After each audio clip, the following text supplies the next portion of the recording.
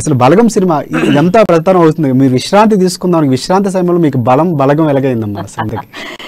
అయితేను ఒకసారి వేణు గారు మా కాలనీకి వచ్చారు. ఇంతకుముందు మీరు అంటే ఏమైనా సినిమాలో కానీ లేకపోతే సీరియల్స్లో కానీ నటించారా? అంటే మన ఒక 2-3 సినిమాలు ఊరికి అక్కడ నిలబడే సీన్లకు తీసుకువెళ్ళారు. అయితే తీసుకువెళ్తేను నేను క్యారెక్టర్ మాటలు లేవు, ఎక్కడ కనిపించేది ఏమి లేదండి, నేను రాను అని చెప్పేసి ఇంకా నేను వాటికి స్వస్తి పలికాను. ఒక 2-3 సినిమాలకు అలా తీసుకువెళ్తాను, నాటకాలు లేని దానికి నేను రాలేనండి అనని. అంతకుముందు ఏదో వచ్చిందండి ఒకటి, అది ఇంకా రిలీజ్ అవ్వలేదు పిక్చర్. ఓకే. ఎవరు మన రాజేంద్ర ప్రసాద్ గారు, మళ్ళీ పోతే ఈయన ప్రకాష్ రాజ్ గారు, బ్రహ్మానందం గారు, అలీ గారు, వీళ్ళంతా ఉన్నారు, శ్రీలక్ష్మి గారు, వాళ్ళంతా. అదే సినిమాను గుర్తులేదు నాకు. ఒక 6 ఏళ్ల క్రితం ఆ సినిమా తీశారు. ఇక్కడ ఫోరమాల్లో ఏదో సురభి నాటకాల వాళ్ళతోటి మిళితమైన ఇది అనమాట ఆ సినిమా. ఆ బృందం అంతా కూడా వాళ్ళు కూడా కళాకారులే. అలా పెట్టి సినిమా తీస్తే అందులో మేము యాక్చువల్గా అందరం కూడా మేము వేషాలు వేసుకునే నటించాలన్నమాట, ఆ పెళ్లికి వెళ్ళాలన్నమాట.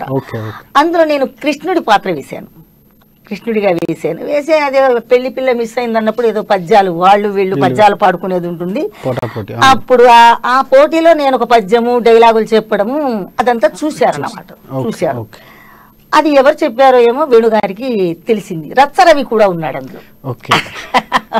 రచ్చరవి గారు కూడా ఉన్నాడు, మా జయచంద్ర వర్మ కూడా ఉన్నాడు, అభిమన్యుడు ఆ క్యారెక్టర్స్ వేస్తాడు, ఆ అబ్బాయి కూడా ఉన్నాడు. అతని ద్వారా ఈ నా ఫోన్ నంబరు ఇదంతా వాళ్ళకి తెలుసుకున్నారు.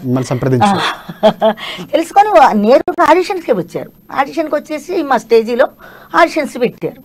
అందరినీ ఆడిషన్ చేయిస్తున్నారు, ఆడవాళ్ళు చేస్తున్నారు, మగవాళ్ళు చేస్తున్నారు. పోయిన అక్టోబర్ ఆ సమయంలో చేస్తున్నారు. అంటే నేను ఇంట్లోనే ఉన్నాను, మా అబ్బాయి చిన్న బాబుకు బాగా జ్వరం వచ్చింది, నేను ఇంట్లోనే ఉన్నాను. కోడలు జాబ్కి వెళ్ళింది, అబ్బాయి జాబ్కి వెళ్ళాడు, చిన్న బాబుని పట్టుకొని ఉన్నారు. నిరుపమా అని ఇందులో ఎర్ర చీరామే ఒక ఆమె నాకు మనవరాలు అవుతుంది. అది ఫోన్ చేస్తూ అమ్మమ్మ రండి మీరు చేయాలంటే, లేదమ్మా నాకు పిల్లోడి జ్వరం వచ్చింది నేను రాలేను అంటుంటే కూడా రామమ్మ ఒకసారి వచ్చిపో అంటుంది. సరే అని వెళ్ళాను, అందరూ అయిపోయారు. ఆఖరిగా నేను వెళ్ళాను స్టేజీలో. వెళ్ళేసరికి వేణుగారు నన్ను చూసి నమస్కారం అమ్మ రండి మీకోసమే చూస్తున్నాను అన్నాడు. నన్ను ఎప్పుడు చూశారు అసలు, నన్ను ఇలా పిలవడం ఏమిటి అంటే, ఆయన ఏం చూశాడు, నా హైట్, నేను మనిషిని చూసుకున్నాడు, ఆ క్యారెక్టర్ సరిపోతారో లేదు ఆయన అబ్జర్వ్ చేశాను. తర్వాత ఆయన చూసుకున్నాడు. చూసి ఏదో ఒక సీన్ చెప్పారు. ముందు శాంతమ్మ ఏడ్చే సీన్ చెప్పారు నాకు, అది చేశాను. అది చేసిన తర్వాత మరి ఆయనకి ఏమనిపించిందో ఏమో తెలియదు కానీ వెళ్ళిపోయి ఈ పోషమ క్యారెక్టర్ను ఫిక్స్ చేసేసుకున్నారు. మగవాళ్ళు ఎవరు సెలెక్ట్ కాలేదు కానీ మా నుంచి ఒక 5-6 మాత్రం సెలెక్ట్ అయ్యాము ఖచ్చితంగా. తర్వాత ఒక వారానికి ధనరాజు వచ్చి ఫొటోస్ తీసుకువెళ్ళారు, అక్కడ ఆఫీస్లో ఉన్నాయి, దిల్రాజు గారి ఆఫీస్లో. ఆ తర్వాత ఒక వారం తర్వాత నవంబర్లో అనుకుంటాను వేణుగారు ఫోన్ చేసి అమ్మ ఇలా మీరు సెలెక్ట్ అయ్యారు అని చెప్పారు. ఆశ్చర్యపోయి నేను సెలెక్ట్ కావడం అవునమ్మా మీరు సెలెక్ట్ అయ్యారు, మీకు ఫలానా రోజు వర్క్షాప్ ఉంటుంది, మీరు ఒకసారి రావాలి అంటే అలాగే సార్ వస్తాను అన్నాను. వెళ్ళాను వర్క్షాప్కు. ఆ రోజే నేను రూపలక్ష్మి గారిని చూడడము, నేను సురభి లలిత మేమంతా వెళ్ళాం.